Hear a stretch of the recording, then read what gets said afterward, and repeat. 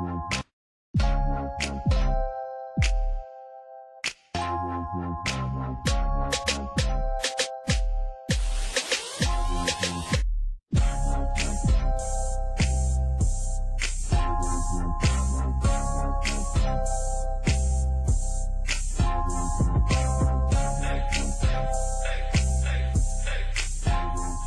last week we talked about putting the hammer down. Somebody recap what was it all about? Putting the hammer down. Cameron, what was it about, Cameron? Speak loudly. Okay, not taking Jesus away, and not taking Jesus away by re-crucifying him, right? We had a hammer, right, Christian? Right there, we had a hammer, and we had Jesus right here on the screen, and we asked you guys to come and crucify him again, right? And how do we crucify Jesus? By sinning, right? So every time we crucify, every time we sin, we crucify Jesus afresh. That's what we do each and every time. So we said we want to put the hammer down because a lot of us had the opportunity to come crucify Jesus, right? Ms. Margaret, you had a chance, and everybody here, and stuff, but nobody had the nerve to go say, I'll do it. Nobody decided to go and say, hey, I'm going to take these nails, and I'm going to take the hammer, and I'm going to beat it against this wall to represent what I do on a weekly or daily basis. So not only do we want to put the hammer down, I want to make sure we keep it down. All right? So we have opportunity here. Usually when we set things off, we have it where we play charades or some kind of game or Jeopardy or something like that. But today, we're going to leave the floor open for some individuals who actually kind of kept a tally or some kind of experience that we went through last week. Okay?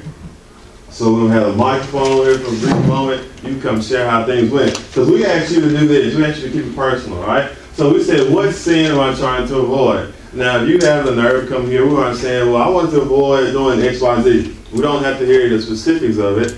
Just say, I just try to avoid my sin, all right, if you want to share, all right? Then over the last 7 days, how many times were you tempted to commit this sin? Were you tempted a whole lot? Or was it something that you really struggled with? Or was it something that you kind of breezed through, all right? Then when you were tempted, how many times did you think about Jesus dying on the cross? Did the message really help you out? Or was it something you experienced for about 25 minutes? Did you really say, you know what, before I do this, do I really want to crucify Jesus again by my actions? Who did that, all right? Then how many times did you choose to sin anyway? To be honest, we choose to sin all the time, right? Yes, amen, right? And so we choose to do all the time. I'm just going to make a personal choice to sin. I know I shouldn't do this, but I'm going to do it anyway. Because I feel like it. That's what we do all the time, right? So how many times were we able to resist sinning? How many times could you pat yourself on the back and say, good job, I didn't sin. God should be proud of me. You're smiling. And then, at the end of each day, how do you feel about your efforts to be a living sacrifice? We know that being a sacrifice means you are giving something away, right? Expecting a better result at the end. So if you say, I give up my desires and passions to please Christ, you are literally saying, I give my life away because at the end, I know that Christ will redeem me. I'll be restored. So at this time, don't knock each other over as you run to the front. You guys have opportunity, and I see my brother getting his watch out. Like, yeah, I got about 20 seconds. So if you dare, and not like it's a bad dare, but if you would like to share, if you dare to share, we get the microphone going for you. Did anybody try to do this? Or it was just something that sounded good. All right. You get it? Okay. I'll bring the microphone to you. I can talk about it. Okay, great. Okay, I really didn't do all of what you're saying up there, but the word re-crucify Christ, that stayed on my mind a lot across the week. And there were some things that I thought about, and the term re-crucify Christ, and it like would just appear, the picture that you used to have up on the screen. Right. That just always was popping into my head. Right. It had an impact on me. Okay. Because I say, for instance, like they would not re-crucify Christ. Right. That always would just pop up in my head, re-crucifying Christ, and I know how it looked and I know how it felt. And so that really had an impact on me. Okay. But I didn't do all of Right, I understand. Right, yeah, but it really did have an impact on me. So when you thought about Jesus Christ, you know, when we're starting to stretch Cameron, right? We want Cameron to be a big, tall, 7-foot basketball player. If he's 6'10", great. 6'8", great. So in China, they stretch their kids. Okay, when kids are born, they have one child, and they pick the one who's going to be athletic. They send them to like a training camp, right? And then those kids, they stretch them, they run them, they train them like dogs to be the best athletes in the world. So that when China goes to the Olympics, they have the 120 gold medals. They want to be the best in the world. So we're starting to stretch Cameron. He stretches out his legs, his arms, his wingspan. So we stretched him last night, and he was literally just like this. And I just saw that picture of Jesus Christ on the cross. And just think about what it took for those Roman guards to say, all right, stretch him out as far as you can. Just stretch him out as far. And then he was on the cross, and then they nailed him to the cross. And I just imagine my son, I just imagine how God felt. And then as he's being nailed, as we talked about last week, the blood literally will just spew back in their faces. And I was like, are we willing? How often are we willing to say, God, you know what? Let me just get that hand, that other hand, stretch you out, and I'm about to put the hammer down. That's what we do, right? So did you decide you thought about it, okay, I can resist whatever that sin is, and I'm going to sin anyway. Able to resist, great. Hey, brother. I know some of you might be saying, what did she say? Well, we're not perfect. Exactly, we all have We are not perfect. There's only one perfect one. We all experience, right. We all experience the same test we saw last week, and we all fall short of the glory of God. Okay. You're not listening to a perfect individual. You can go watch T.D. Jakes. You can go watch Creflo Dollar, anybody. Joe Osteen, another guy my wife listens to, Saddleback. You can watch anybody. They're not perfect. Okay? Just like I have to pray before I come up here, they all have to pray. I have to pray while I'm up here. I mean, nobody is going to hit the mark exactly. So we all need to think about Jesus Christ on the cross. All right? And be encouraged by the fact that he loved us so much that he did die for our sins. All right? So, brother, I know you want to share. All right. I come up front before the church for a lot of things. I think God used me as guinea pig, which is fine. But if it's going to help my brothers and sisters to get in line, like we all need to be in line, I don't mind being a guinea pig. Because with my brother, the message that the Lord put on my brother, the challenge that brings us, I take it very seriously. And I'm not ashamed to stand up here before you this morning and tell you just how my week went from Monday until I got back here. My brother and Mama Boone kind of stole some of what I wanted to bring, but I'm going to have to piggyback because it's what I went through. So Monday, I wanted to have a little booklet up here, and I was going to glue a nail to each page on Monday, Tuesday, Wednesday, Thursday, Friday, Saturday, till I got back here. But getting busy during the week, a lot of going on. We're building this new vehicle. I didn't get to do my book, but I can tell you how my book was described to be. At the top of the page would have been Monday, would have been a nail on it. If the nail was dry, I succeeded in it and didn't sing it on what I'm tempted by. So Monday, my nail was dry. Done good, I was tempted, but I went on through my daily, like Mother Boone said, it's popping in your head. Tuesday, I done good again. I'm really patting myself on the back. Oh Lord, here come Wednesday.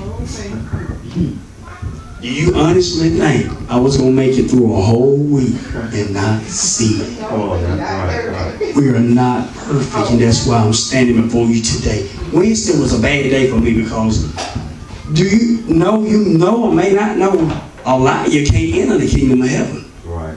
And on Wednesday, I was accused of being a liar. And before I knew it, I used bad language on the person before I caught myself.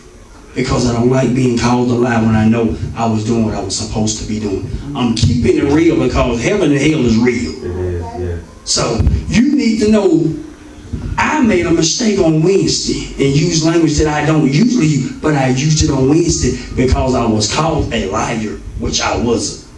Knowing I'm doing something and a person going to tell you, you weren't doing it. I mean, it bothers me. Because like I said, there's one thing I don't do. That lying, I don't like it. And when she said I lied, I snapped on her before I knew it. But I did catch myself, but it was done then. We got to understand, it's done then. All I can do is go repent to our Father. That's it. Right. But see, that's what his blood was for. He knew we wouldn't be perfect. So I'm gonna stand up here and be honest with you and let you know my week wasn't perfect. But Thursday, the nail was dry. Prayed a little harder. Came back Friday, the nail was dry. Saturday, the nail was dry. And I'm back here on Sunday. But I'm here to let you know, you might want to say one day, but it's okay. But it's to let you know we're not perfect. And I stand before you today letting you know, I took it very seriously, my Lord and Savior, my brother Charlie, but I did fail on Wednesday, but I dusted myself off because I knew I had a Lord and Savior, had already shedded the blood for me to get back in line and dust myself off for Thursday, Friday, Saturday, and Sunday. Right, that's it. Very important. Yeah, let's give it right here. Think about it, it says that the difference between Christians and sinners is that, sinners, they fall down and stay down. Oh, yeah. You get a lab report, you probably might say, did he just call me a pig? Right? Because sometimes in a lab report you talk, and when Christians get in a mess, we have to say, I'm going to just get back up and dust myself off. But pigs, when they get in the mud, what do? They stay there and wallow, right? Yeah, if brother would have said, Wednesday I sinned, I tripped up, then Thursday I sinned again, I loved it so much, I did it even Friday, I just kept cursing everybody out. But it was just saying, don't just get in that mess and just stay there. How can you sit there and say I'm a Christian and you do worldly stuff? I was reading a book, it says that about 70% of Americans identify themselves as Christians, right? 70%. But then it says this same 70% of Christians commit the same transgressions as people they consider sinners. So they say the one thing, but then they do something else. All right, they do things that the world does. We cannot be like that. So something we hear about, it's kind of people say like the word wears off. Right? I'm about to show you a video of a singer I really like, Christian you identify with Jonathan McReynolds, and he was sharing a Holy Convocation how on Sunday he was really fired up for the Lord. He was ready to take on the world. But then by Wednesday, things are kind of slipping. By Saturday, he's totally lost it. Right? And that's a lot of times what we are. The word is good while we're here, but then as soon as we hit the door, it's a whole other subject. So here's a little video clip of him sharing his experience. So all the believers, can y'all just make some noise for me? It's been a while. Praise God. Listen, I told y'all I'm coded. So just to break this up a little bit, can I sing it how we would sing it? Woke up this morning with my mind, it was stayed on Jesus. I woke up this morning with my mind, stayed on the Lord. Woke up this morning with my mind, and it was stayed on Jesus. Hallelujah. Okay. Hold on. That's funny right there. Can't nobody do me like Jesus. Oh, do me like can't nobody do me like Jesus.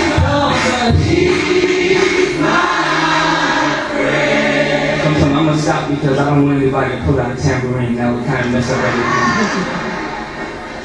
But listen, I told y'all I grew up in the Church of God in Christ. And that's how my Sunday sounded. Like our Sunday. Sit down, you make me nervous when you said that. Praise the Lord. But that's how my Sunday sounded. If it didn't sound like that, it must not have been Sunday. The problem for me was, by Monday, I guess I'd be singing the same song, just in a lower key. I wasn't that enthusiastic about it. And by Wednesday, I was starting to forget words. And by Saturday, it was, you got it bad.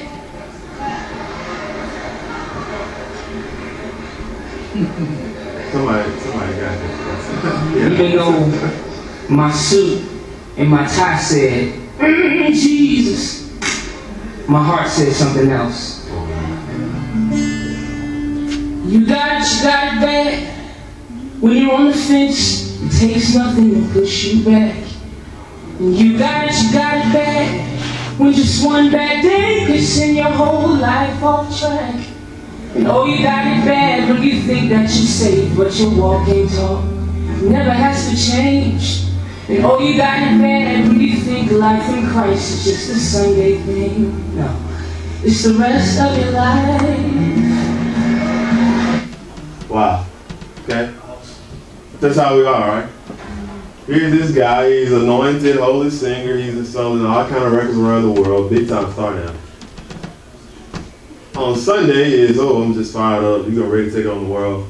Alright, Monday things happen, Tuesday, Wednesday, then by Saturday he's ready to hit the club again, he's thinking about Shawty over there, what she got on, and all these people, these groupies and stuff. That's alright, it wears off. We don't think about Christ at all times. We think about Christ when it's convenient, alright? So our scripture today is very profound scriptures. We look at keeping the hammer down. Don't just put it down on Sunday. Don't just put it down when mama's looking, or put it down when all your friends who know that you're saved are looking. Keep the hammer down. Take your hammer and throw it away somewhere. Alright? This morning I was very encouraged. My wife was complaining about some particular type of clothing that she has. And she said, I need some of these. She let it be known, alright? I need some of these because they're worn out, they hurt my back, and this, whatever, right? So I'm like, well, you have more. Don't look around. She's like, no, I just need some new ones, buy some new ones. And I'm getting ready to go, and one of these things she needed, I see it in the trash can. Like, she just got rid of it just like that. And when she puts it in the trash can, she's not going to go back tomorrow and say, I need to put this on today so I can be supported. Or we need to take our sin, put it in the trash can, because come Tuesday, it's going out to the dump. Wow. She's not gonna go to the trash and say, "Hey, Mr. Waste Management, I need that thing back." She's not gonna go to where they take out the trash, the big pile, and say, "Hey, I'm gonna go search through all this junk to get this stuff back, to get this sin back." When we take our hammer, take it, fling it as far as you can, go bury it somewhere, go do something. When you say, "I'm just done with this sin," truly mean it. Because our scripture today here, Galatians chapter 5, verses 7 through 9. This comes from the Message. We come from any translation that really hits home. Alright? It says here, you were running superbly.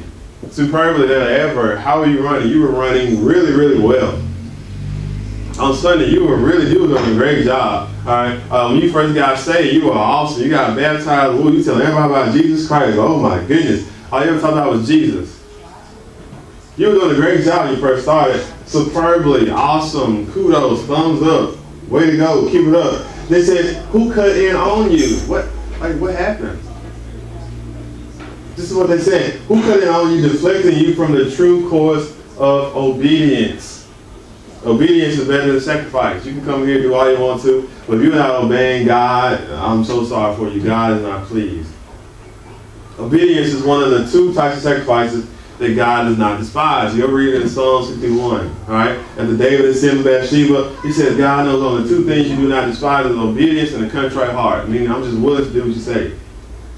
So, if you cannot be obedient and you let things cut in on you, you have a real problem. We all have a problem. It says this detour doesn't come from the one who called you into this race in the first place. God called you to be his servant. He called you to be the light. Why are we letting people and things distract us from being the light? What is making us pick our hammer back up to crucify Jesus Christ? All right? And please don't toss this off as insignificant. All right? We try to invite people to church all the time. Hey, you just come to church. No, I'm not coming. They disregard emails. They disregard text messages. They disregard phone calls. You disregard coming to church like it's no big deal. You disregard your sins like it's no big deal. You wonder why things are not working out in your favor. You wonder why you aren't getting the things you pray for. Is God going to bless one who doesn't want to bless him? It just doesn't make sense. Just think about it. I love having kids because you try to tell your kids what to do. Hey, I need you to empty the trash. I need you to do this and do that. Okay, I'm not going to do it. Then come Christmas time, you want a new car, a new truck, you want a new toy, you want a new iPad. What? Are you crazy? That doesn't make any sense. All right? It says, don't toss it off as being insignificant. It only takes a minute amount of yeast. Minute, very, very little bit amount of yeast. It takes only a little bit of sin to ruin your whole body. It takes only a minute amount of yeast, to permeate. That means get through the entire loaf of bread. It only takes one little sin for you to get comfortable and just start sinning. Your whole body, your whole life is just around sin.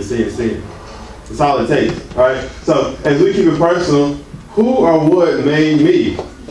We're not looking about what made you want to do that. Who, when you think about your last week, if you were here, you saw it on YouTube, or you heard about it, who or what made you want to re-crucify Jesus?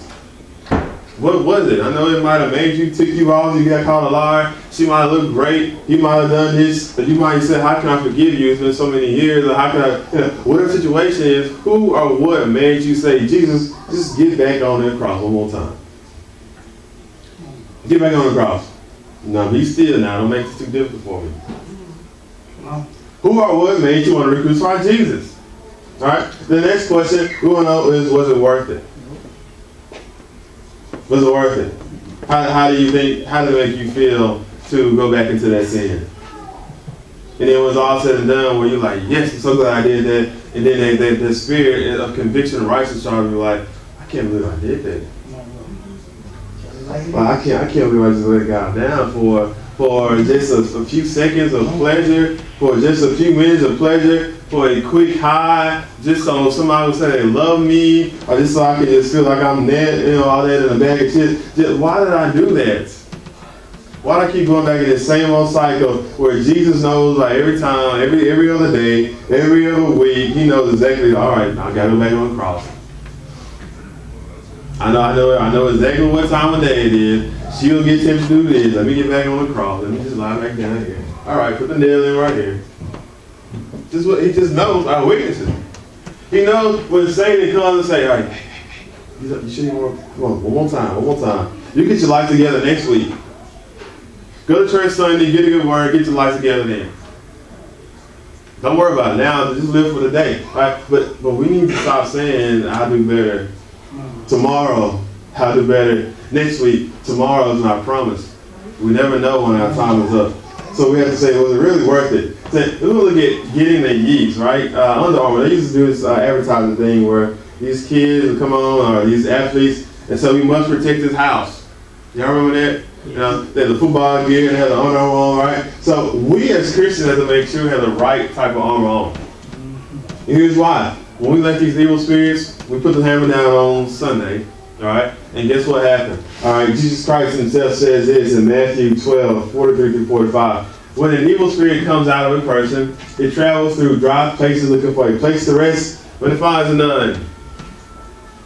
So this time last Sunday, a lot of evil spirits just running out the door. Every Sunday, a lot of evil spirits running out the door. Oh, where can I go? Let me go to Arbor Park, find some people to possess. Let me go across the street to Park Springs, find some people to possess. Because the people that laugh, they get rid of evil spirits. They get rid of addiction. They get rid of unforgiveness, resentment, envy, strife, all that bad stuff. They're getting rid of it, right? So here's what it says. So it says, I will go back to the home I left. I'll go back. When he comes back, he finds that home still empty. It is all neat and clean. So our souls are still nice, neat, and clean. Come Monday, come Tuesday, but then that spirit's still out there lurking. It's still lurking, trying to find somewhere to go. He's like, I'll just go back home. My wife pretty much knows that if she ever kicks me out, guess where I'm going? Hey, Mom. If I ever do anything stupid enough, or say, you're not welcome here. Hey, Mom, I got Daddy, I know you love me. My room still available? I'm going back home. So that's what evil spirits say. They be like, I'm going back to the house because I don't like being in these dry places. I need somebody to possess. All right? Then the evil spirit goes out and brings 7 other spirits. 7 other spirits. And here's the worst part. More evil than itself. They all go and live there, and that person has more trouble than before. When we continue just to keep picking up our hammer, it's getting heavier every time. We're getting more nails on our hammer every time. It's getting harder and harder to break that cycle, that addiction. Because we bring not only that spirit back, but 7 more. 7 more evil spirits. It is the same way with the evil people who live today. Wow. So we got to look at having armor on. We got to have on the right armor, which is the armor of God. We got to protect ourselves from head to toe. So we do not just say, hey, welcome back, evil spirit, and welcome back all your friends. This is a big evil spirit party. So when we put the hammer down, we got to keep it down. We do not understand the spiritual ramifications of just going back in cycles. Just, I'm going to let them back in, I'm going to let it back in, I'm going to let the cycle back in, I'm going to let her back in, whatever it is. We don't understand what we're doing in our souls. Hopefully we understand today. Well, here's the good news as we get ready to close here. We always like to have some good news. It's that we must not get tired of doing good. You cannot get tired of keeping that hammer down, because it's good for you, right? Here's what it says. We will receive a harvest, not of a brand new house, not of a brand new car, not of a great new job or this, that, and other thing, because that stuff's going to pass away, right? That's right. Like we talked about Wednesday, nobody ever takes a U-Haul to heaven with them. All right? I saw this great big funeral at this church, and I did not see a U-Haul in the parking lot anywhere. I was looking as I passed by. You don't take this stuff with you. Right? So, all we receive is our harvest of eternal life at the right time. We must not give up. You cannot give up. Although it might seem very hard to resist sinning, it might seem impossible, we cannot give up. And here's the conclusion of the matter, right? It says when you are tempted to sin, you don't remember anything else. When you are tempted, and temptation will come. Yes. It's waiting on you. You might be tempted right now. I don't know, it's a spiritual warfare. It's not flesh and blood, it's spiritual. When you're tempted to sin, you gotta be strong. Be strong. Just keep that hammer. I know the devil might want to take your hand and just say, pick up that hammer and just, come on, Jesus lay down. He's so meek and mild and humble. He'll do whatever you say. He'll die on the cross for your sins. He'll do whatever you say. But we got to be strong, and we got to remember Jesus on the cross. Remember that image of Jesus is on the cross, dying for your sins. The next time you are tempted to sin, just say no. Because you never know. Sometimes I read some stories of people being caught in some really bad situations, calling and they just die. Pastors being caught dressed as females, having heart attacks in places they shouldn't have them. People die in all kind of places and situations. You just do not want to get caught up. And you just never ever know the next time you do something could be your very last. Could be your very last. So let's take our walk with Christ very, very seriously. Let's make sure that we continue to keep the hammer down. We know that this week, on Wednesday, things might wear off. Think about Jesus on the cross. On Saturday, it might be really tough. Think about Jesus on the cross. You might be getting weak. Think about Jesus on the cross. All you gotta do, that's why the cross is maybe the greatest symbol in the entire world. You say, well, you used to do like this. You just think about Jesus on the cross. Amen. So y'all ready to be the light? Yes. Are y'all ready to take on? It's still an ongoing challenge, because we cannot, as Christians, just think that it's all about just coming to church on Sunday. Like, you've done your Christian duty because you came to church today. It doesn't stop right there. It doesn't start right there. It is a lifestyle change. And that's one reason why a lot of people are afraid to embrace the love of God. Because they aren't willing to say, you know, I'm going to change my entire life. Being a Christian does not make you a better person. You are a new person. So you are a new creature. All the old things have passed away. So we got to embrace the fact that we are new creatures ready to be the light for the world. So right now, our confession of faith, we believe that life and death is in the power of the tongue.